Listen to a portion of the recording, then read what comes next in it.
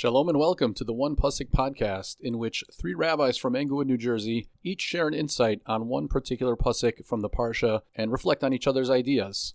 This week we'll feature our once-a-month episode on relationships in the Parsha with my better half, my wife Shoshana, a teacher and school administrator for 20 years, who transitioned her career to become a social worker specializing in couples and individual therapy, all while serving as a dedicated rebbitzin. Next week we'll return to our regularly scheduled programming with your favorite rabbinic banter with Rabbi Akiva Block and Rabbi Daniel Goldberg. To sponsor an episode of the One Pasuk podcast, visit onepasukpodcast.com and click on the sponsorship link. Of course, we'll announce your dedication at the beginning of the episode and hopefully enhance the celebration of an occasion or honor the yortzeit of a loved one. And please take a moment and give us a 5-star rating on your podcast platform. The more positive ratings we get, the more this podcast will show up in searches. And so just by clicking 5 stars, you are fulfilling the mitzvah to be Marbitz Torah, to spread and increase the learning of Torah.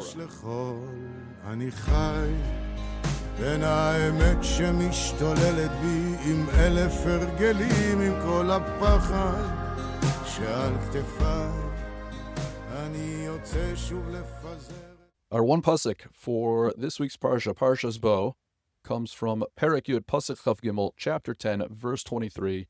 It comes from the penultimate Makkah, Makkah's Choshech. The pasuk says, Lo ra'u ish es achiv v'lo kamu ish mitachtav shloshes yamim, that because of the plague of darkness, for the Egyptians, one person could not see another. V'lo kamu ish mitachtav, a person could not get up, could not move out from their spot for 3 days. And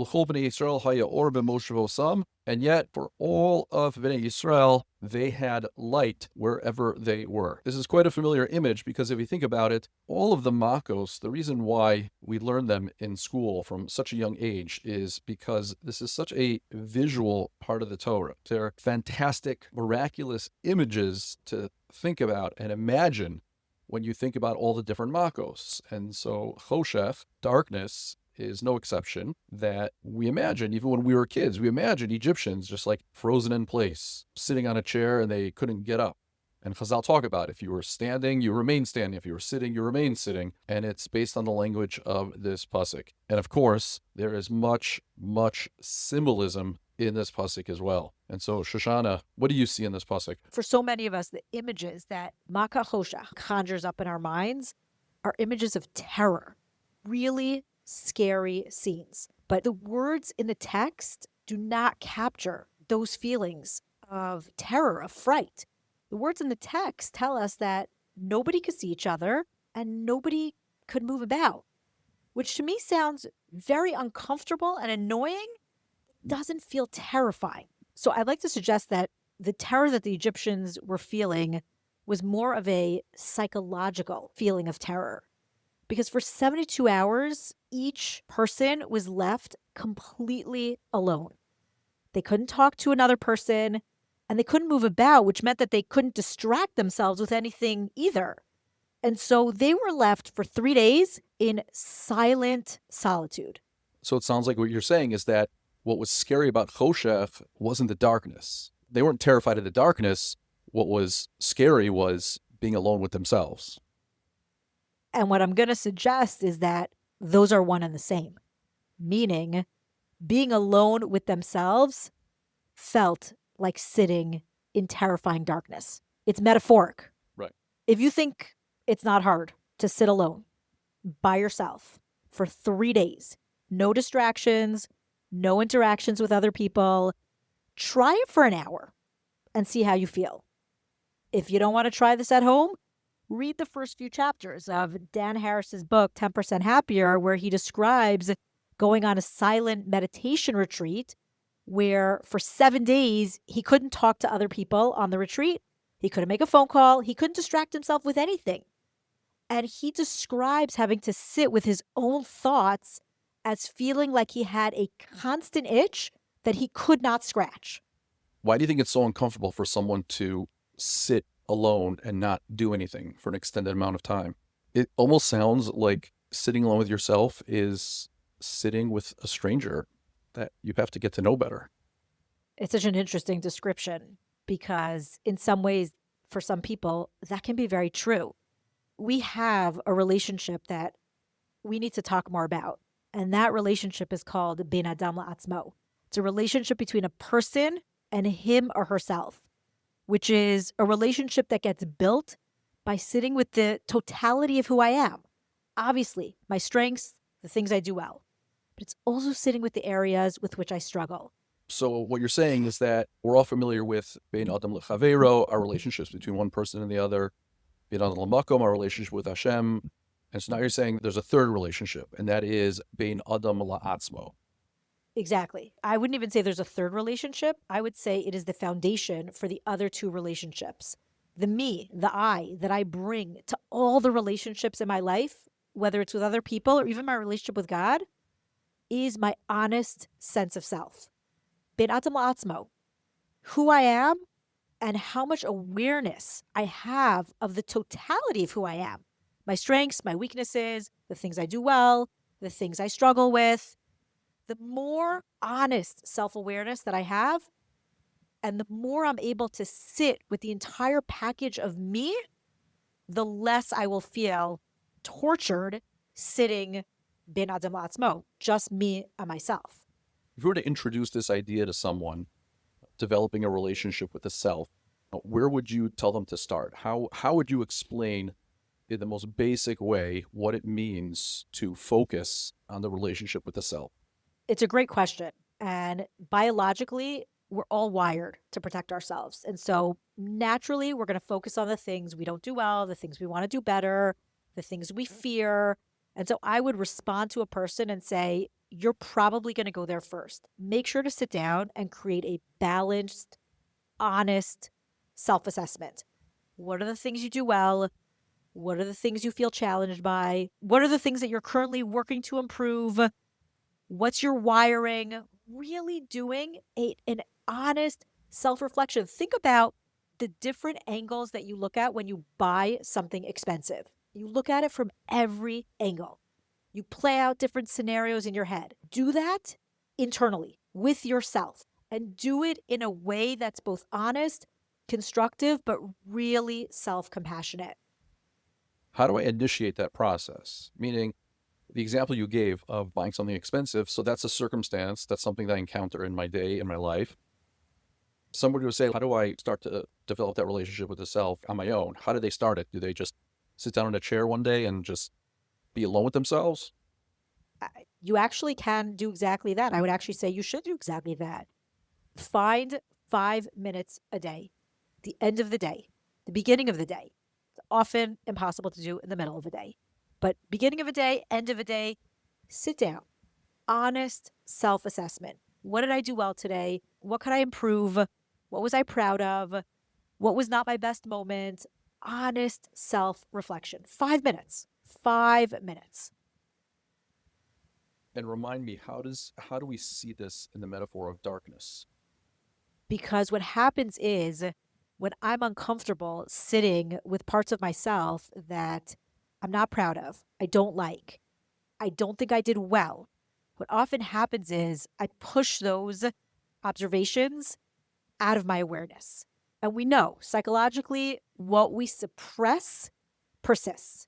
It's like playing whack-a-mole. You'll pop it down and it will just pop up somewhere else, usually when we're not expecting it. So the Egyptians who had to sit for 3 days in darkness probably had tons of stuff coming up to the surface, having lived lives of torturing the people around them. That stuff's going to pop up to the surface. It's going to bubble up.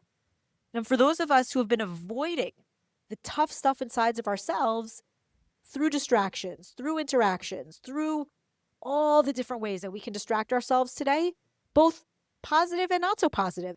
But if we utilize those distractions often enough, when we're finally forced to face what's sitting inside, it can feel like terror.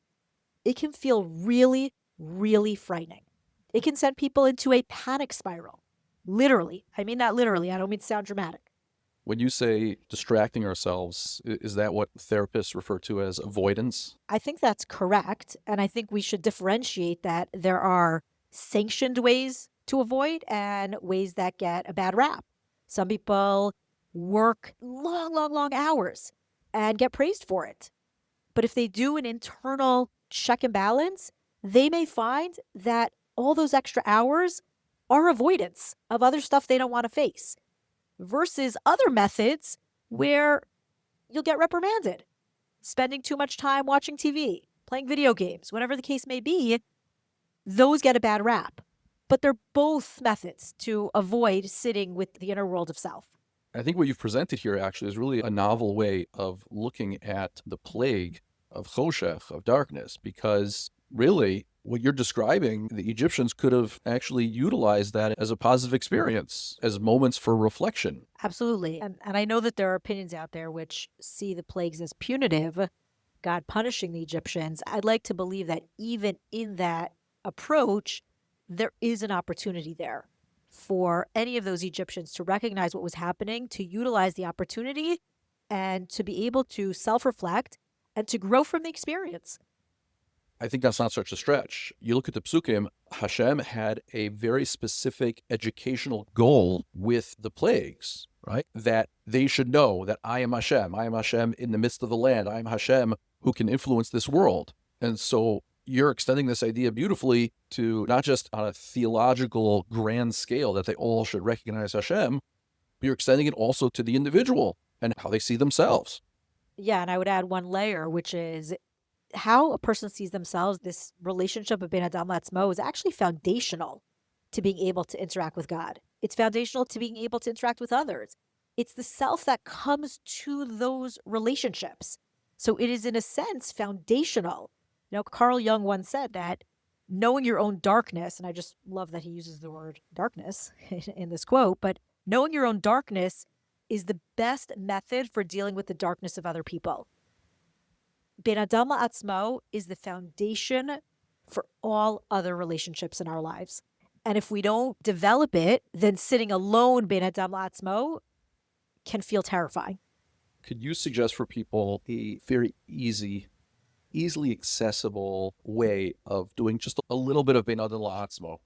Whether, I don't know, is it a moment during davening? Is it a moment during the day? Is there something they can do? And is there a certain, I don't know, is there a certain trigger, like getting up in the morning or getting ready for bed or something? Is there a certain trigger that's already in our day that can be used to remind us to take a few moments?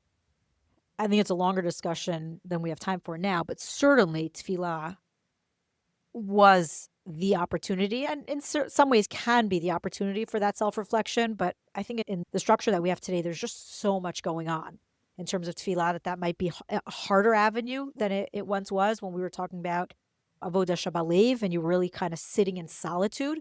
And that was much more conducive to what you just described. But I think anytime you feel a strong emotion come up, whether it's something positive or it's something uncomfortable, you can just mark that. You can just put a pin in that and come back to it later that evening. And I really mean it. Take out your phone, leave a note to self. I remember the feeling of discomfort when I was talking to X, Y, and Z person, or I remember the feeling of pride when someone complimented me for something. Come back to that moment later and just sit with it. Literally sit with it and notice the different parts of you that contributed to that moment. If you can do that for moments that are wonderful, as well as for moments that are challenging, uncomfortable, and painful even, that is what will help you deepen the relationship Ben Adam La'atzmo. Would you say that meditation, or more particularly mindfulness meditation, is a tool specifically for Ben Adam La'atzmo, or is it a tool that can be used in that effort? It's an excellent question, and I would go with the latter. It's not a tool for that. It's a tool that helps us tolerate whatever comes up so that when we feel those feelings of discomfort, which are the emotions and thoughts that we try to avoid, the more we meditate and notice thoughts and feelings that come up and not feel like we have to swat them away instantly, the more we strengthen that muscle in ourself, the more we'll be able to put a pin in all the different feelings and thoughts that come up throughout the day and revisit them later. So yes, it is a means to strengthen that muscle to help us then do what it is that you were asking about. Right, because what I realize now is meditation is more about staying focused on the present moment. And what you're talking about is V'edan la'atzmo is processing thoughts in a certain way. And so if someone is able to meditate, then what they're able to do is sort through what's the present moment and what are things that are triggering thoughts, feelings, emotions, and what's a healthier way to deal with those at a different time. Absolutely. Meditation also helps us notice thoughts that may pop up or feelings that may pop up that we almost instinctively swat away, to the extent that we may not have even noticed them there. But our system knows they were there, and they'll come and they will pop up whenever they can. It's like a water leak. They'll find the hole and they'll leak right through. So meditation is strengthening the muscle that helps us notice those thoughts and feelings, but not get dragged down by them in the moment. Right. Be able to really pause and put them aside for later. Excellent. All right. I'll conclude this fascinating episode on relationships in the Parsha with a final thought. And I'm also going to take the approach that Makas Choshech, that the plague of darkness, isn't just about the darkness itself.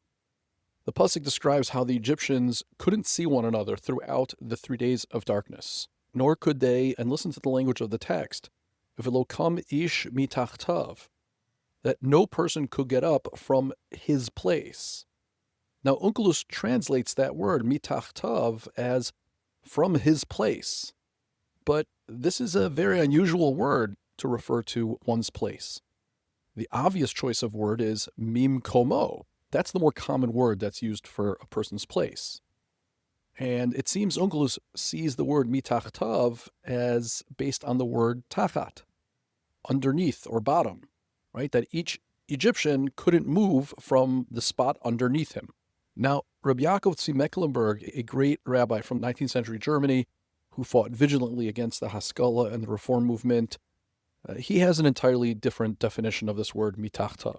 He argues that the root word for mitachtav is not tachat, meaning bottom or underneath. Instead, it's from the word in the Torah, techat, which means to fear or to be seized by fear. All the way back in Parshas, after the Mabul, after the flood, it says, Umorachem v'chitchem yihiyeh al kol chayas haaretz.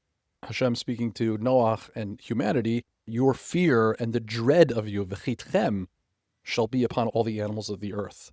And later in the Torah, it says, when Moshe Rabbeinu is preparing Bnei Israel to enter the land of Canaan, and he's encouraging them, he says that you're going to take possession of this land, al tira ve'al techas, and you should not be afraid, and you should not be seized by fear.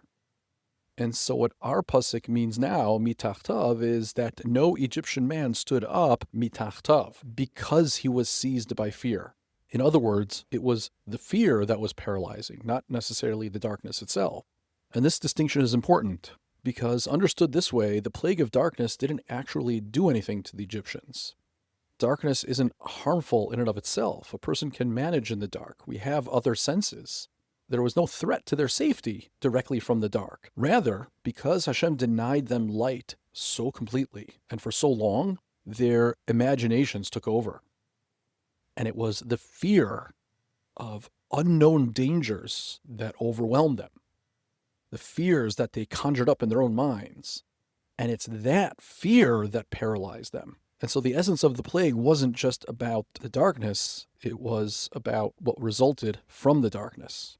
And I think the essence of this plague really reflects a broader philosophical concept, that darkness limits our awareness and sense of security, both literally and metaphorically, because darkness is always the symbol for ignorance, while light is the symbol of knowledge.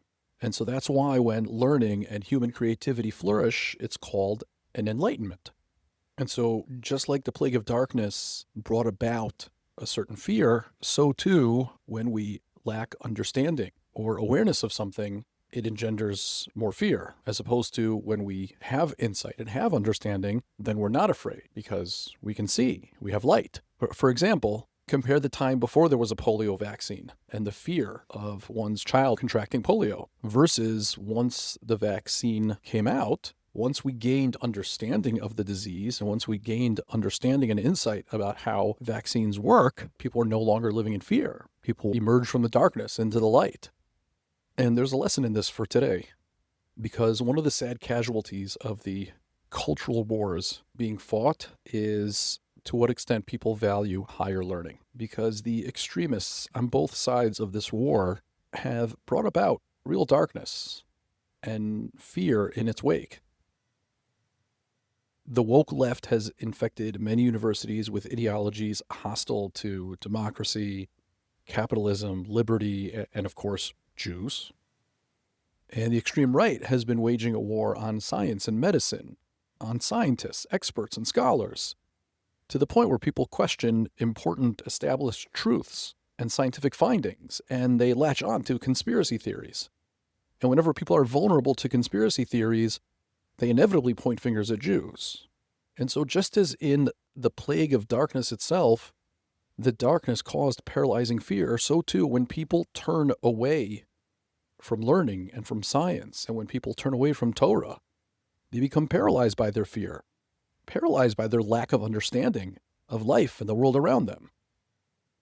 And so the Torah reminds us here about what a plague it is on society when people succumb to darkness and people fail to appreciate the light that is brought about by the pursuit of knowledge and the pursuit of Torah. We are blessed to have the Torah, which is an Eitz Chaim, a tree that sustains those who uphold it.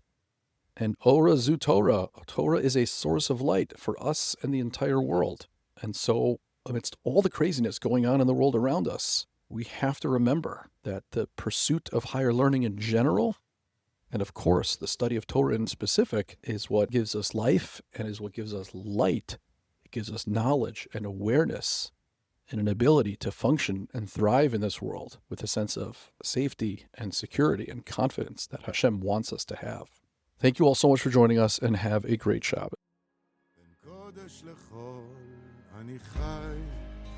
בין האמת שמשתוללת בי עם אלף הרגלים, עם כל הפחד שעל כתפיי, אני יוצא שוב לפזר את המילים, בין המציאות לשיגעון הכל חוזר אליי, שם במקום ממנו באתי אין שלום, והמסע הזה כבד וקצת גדול עליי, אני צריך לגדול מזה ודי, לגדול מזה ודי.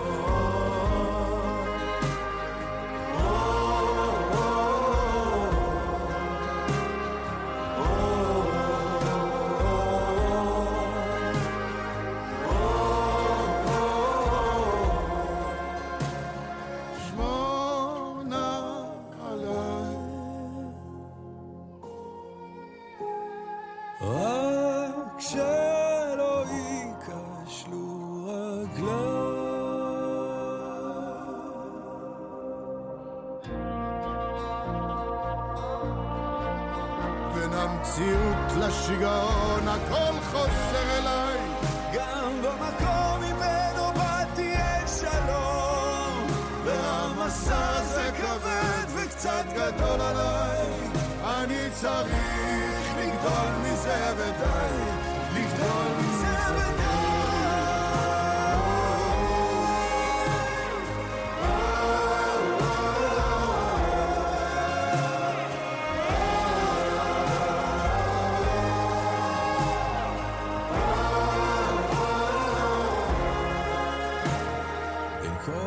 לך אני חי